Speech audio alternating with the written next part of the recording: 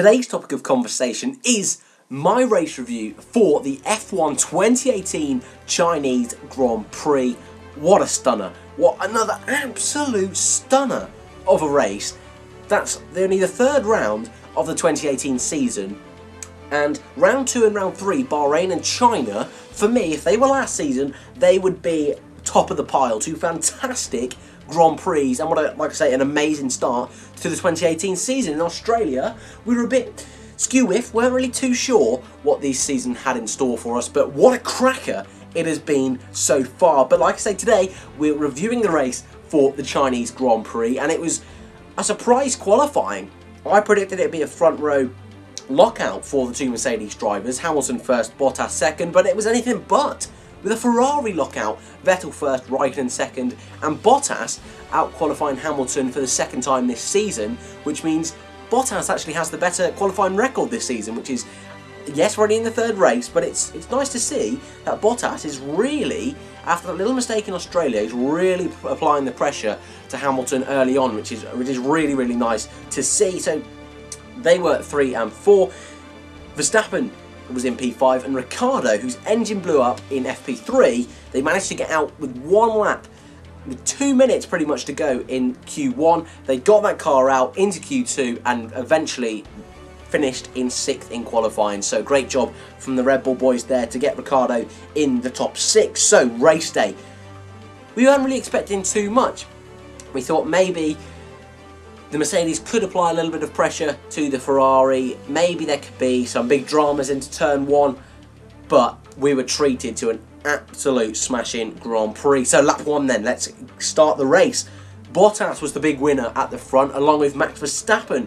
Raikkonen had the better start out of the two Ferraris, but didn't quite dive up the inside of turn 1. Perhaps if it wasn't his teammate, then he might very well have done, but decided better. It ended up losing a position to Bottas, and consequently then to Max Verstappen. So the order was Vettel, Bottas, Verstappen, Raikkonen, Hamilton, Ricciardo. Hamilton lost out on the start a fair bit, getting boxed in and passed left, right and centre. A poor weekend for Hamilton, I think. Not one he'll look back on with particular fondness.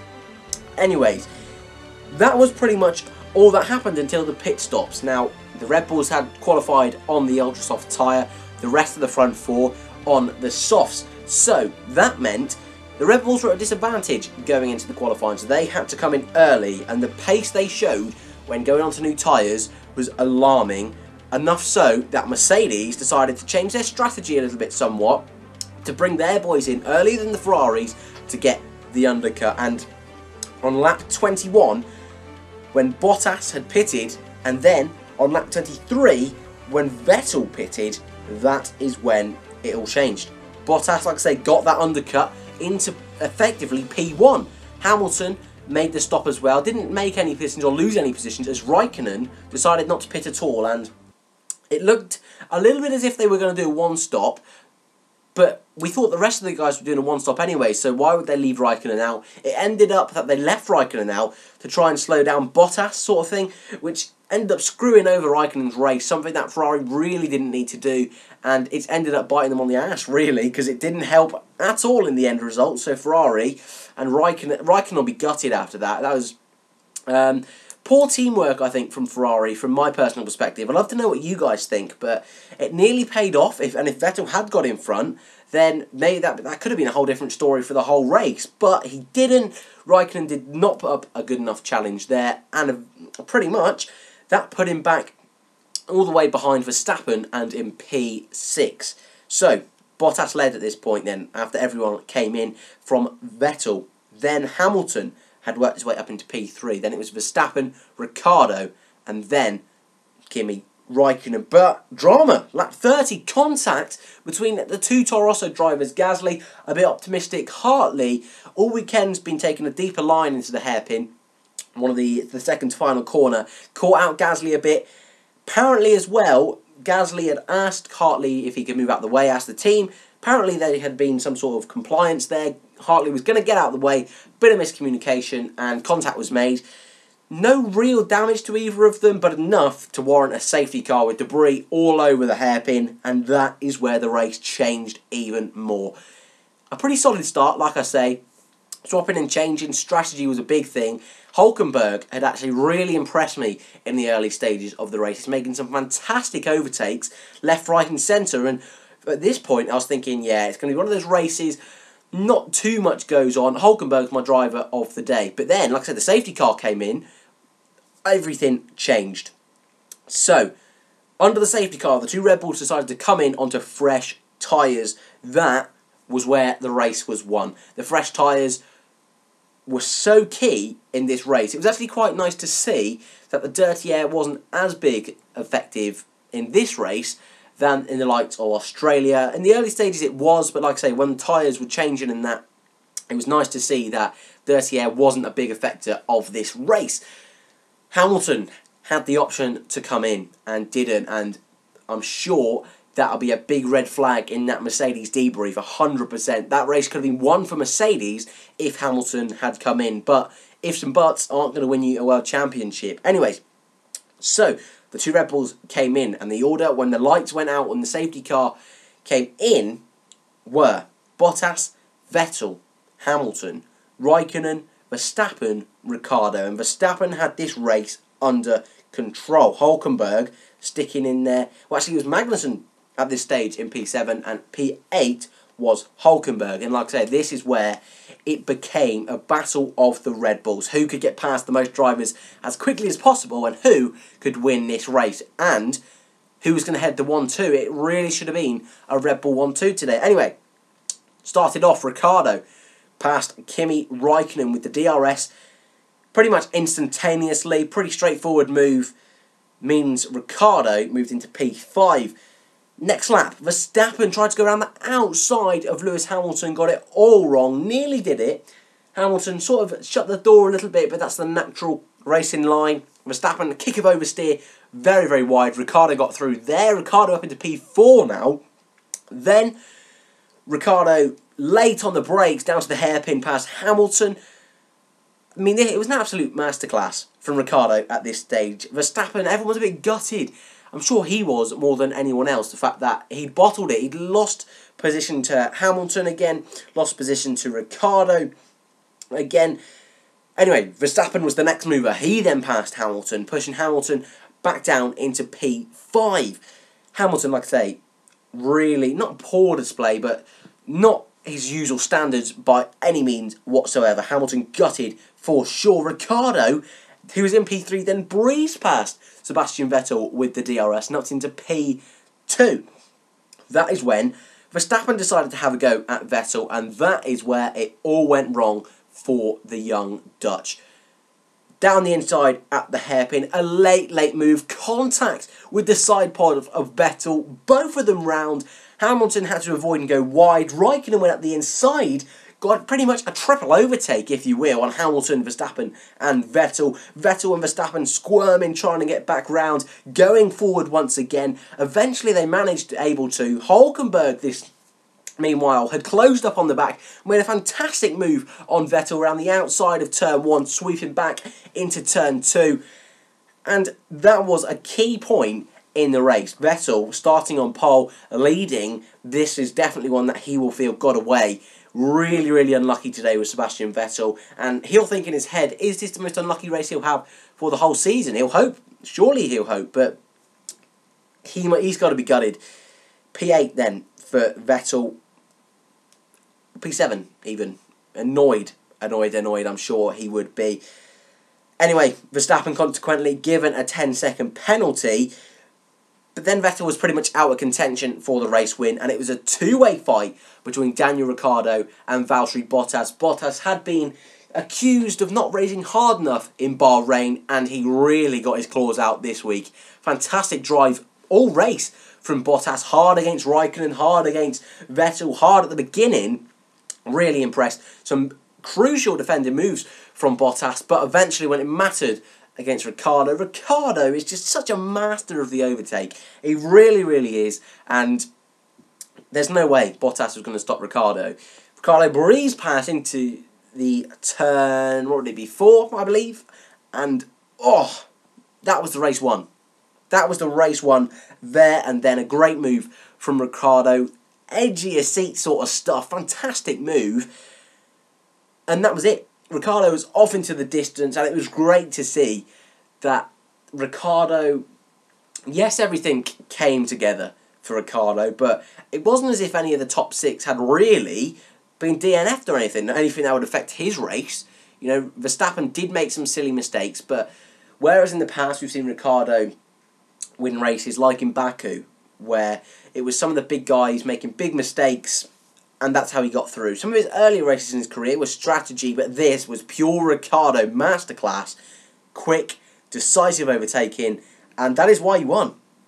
Incredible from Ricciardo, it really was. Bottas was able to hold on then in P2 for the rest of the race. Raikkonen, who'd made that cheeky move on Hamilton, was closing up to Bottas. Hamilton was pretty much in no man's land in P4. Verstappen eventually passed Hamilton again, but Hamilton didn't need to worry. Verstappen had that 10-second penalty, and that was pretty much it. Once Ricciardo had got past Bottas, that was him off in the distance. Happy, happy days. And on lap 55 out of 56, just when you think everything was calming down, nothing else was really going to happen, Fernando Alonso passed Sebastian Vettel for P7. A cheeky move from Alonso up the inside of turn 1. Actually, it was the outside, wasn't it? And he did sort of a switchback halfway through. A lovely move. Pushed him out onto the gravel, sort of a bit wide. Cheeky from Alonso, but we've seen last season they don't get penalised for that if there's no contact. So, I don't know, it's a bit risky from Alonso for sure, and I think it could have been a bit dangerous in terms of, that could have been both of them out. Alonso could have easily got a puncher, but that's what Alonso's known for.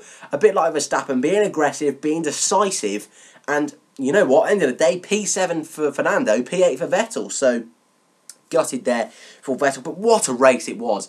I mean, I really can't put into words how on your seat this sort of race was, how much tension throughout the whole race. You didn't know what was going to happen. The early stages were a bit weak, but once that safety car came out, strategy was incredible, and both the Red Bull drivers, we know, are some of the best on the grid, and both of them having a car to challenge both the Ferraris and the Mercedes, that was really, really great to see, and we really seem to have a 3-horse race for this World Championship. Constructors, for the drivers, I think it's any of the 6 that are in those seats. Even Raikkonen, I think, is in with a shout. Every race, I know Vettel's won 2, and I know that Ricciardo's won today, and yet Hamilton's still the one who's in P2 in the championship, but I still think later on in the season, other drivers are going to have their time for some bad luck. Vettel has pretty much had clean sailing in those first 2 races. Today, like I say, was unlucky, but anything can happen for the rest of the season, and if teams keep messing up, Mercedes still haven't had a win. This is the first time in the hybrid era that Mercedes haven't won any of the first 3 races. It's really, really mad. It's incredible this season, and 2018 is really hotting up to be the best season since, I'd say, 2012. It really is. Fantastic start, and it could be another season where we see 7 or 8 win. Oh, 7 or 8, that's a bit of a push, but 6 winners for sure. We really, really could. And yeah, really looking forward to the rest of the season. Like I say, what a race it was. Really can't grasp that enough. And I'm sure you guys loved it as well. I'd love to know your thoughts in the comments below. Let's go through the race result then. So Ricciardo first, Bottas second, Raikkonen third. That was your podium. Good recovery from Raikkonen actually after Ferrari screwed him over with the strategy. He got very lucky himself, but after some bad luck in Bahrain, that sort of balanced itself out a bit there. But he'll still be disappointed starting P2 for the 3rd time in a row and still going backwards. And Raikkonen, it wasn't through fault of his own again, so not going well for Raikkonen, despite he's looking really quick and he's looking like he could be winning races, but he keeps getting screwed over every race. He just wants a clean race now, just where he can go race hard and try and win. And Ferrari aren't quite giving him those opportunities yet. That's probably a bit harsh to say that, but fair at the same time. So Raikkonen annoyed with P3, Bottas P2, a great race from him. P4 Hamilton, I think he'll be happy with that, actually, after a dreadful weekend. To come away P4 with Vettel down in P8, that's gained? Is that, I mean, it's points gained, but I think that's 50-50 for Hamilton. I think it's a bit of a mare one. He came into this race knowing he was pretty much the favourite, really, in a Mercedes car with what we thought was superior straight-line speed. But this season, the Ferrari seems to have it over Mercedes, which is very interesting indeed. And Hamilton, work to do. Back to the drawing board, I think, for him. Yeah, gutted for him. Verstappen P5 with that 10-second penalty. Only just beat out Hulkenberg with that, who was in P6. Fantastic race from Hulkenberg. He's really showing what he's made of this season. He really is. Just like Fernando Alonso in P7. Those two, best of the rest, for sure. I think they'll be there all season fighting, Hulkenberg and Alonso. P8 Vettel, P9 Sainz. Again, Sainz behind Hulkenberg, something I didn't expect to see this season. Sainz, a little bit unlucky with strategy, a little bit unlucky with certain overtakes, nearly pit Vettel at the end, but didn't quite make the dive bomb into the hairpin. It's those sort of moves that make the average drivers from the great drivers, and that is why Verstappen got that move to Red Bull and Sainz didn't. So, hey-ho, Sainz points, that's a good thing, but still is miles away from Hulkenberg. Hulkenberg's on 22 points, Sainz is on 3. So, needs to be improvement there from Sainz. The last point went to Magnussen. Haas, they're going to regret that Australia result. They really are. Already seem to be going backwards, but a difficult weekend for them in China. They'll be looking to bounce back in Baku.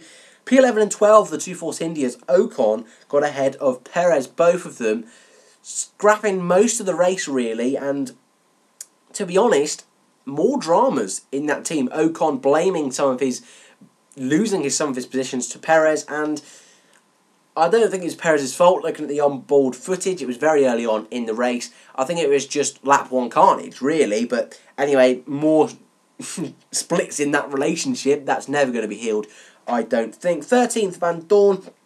I mean, Van Dorn did do a couple of good overtakes here and there.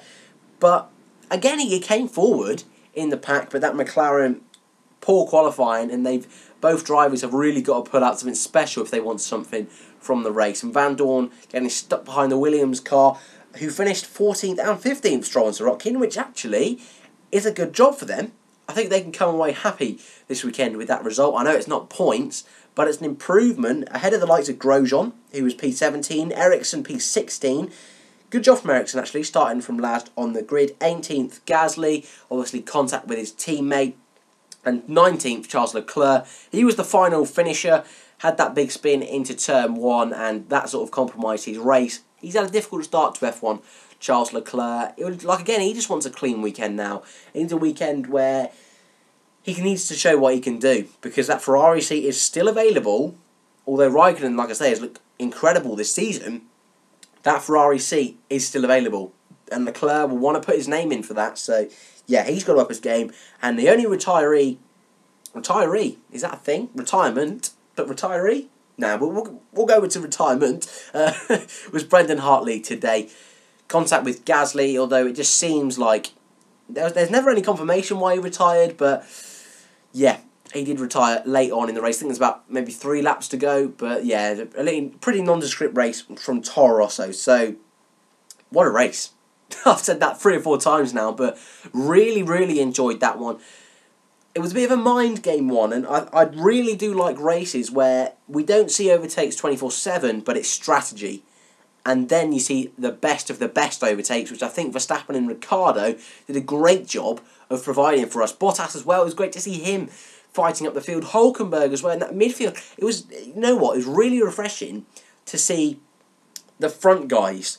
That was where the focus was for so long now.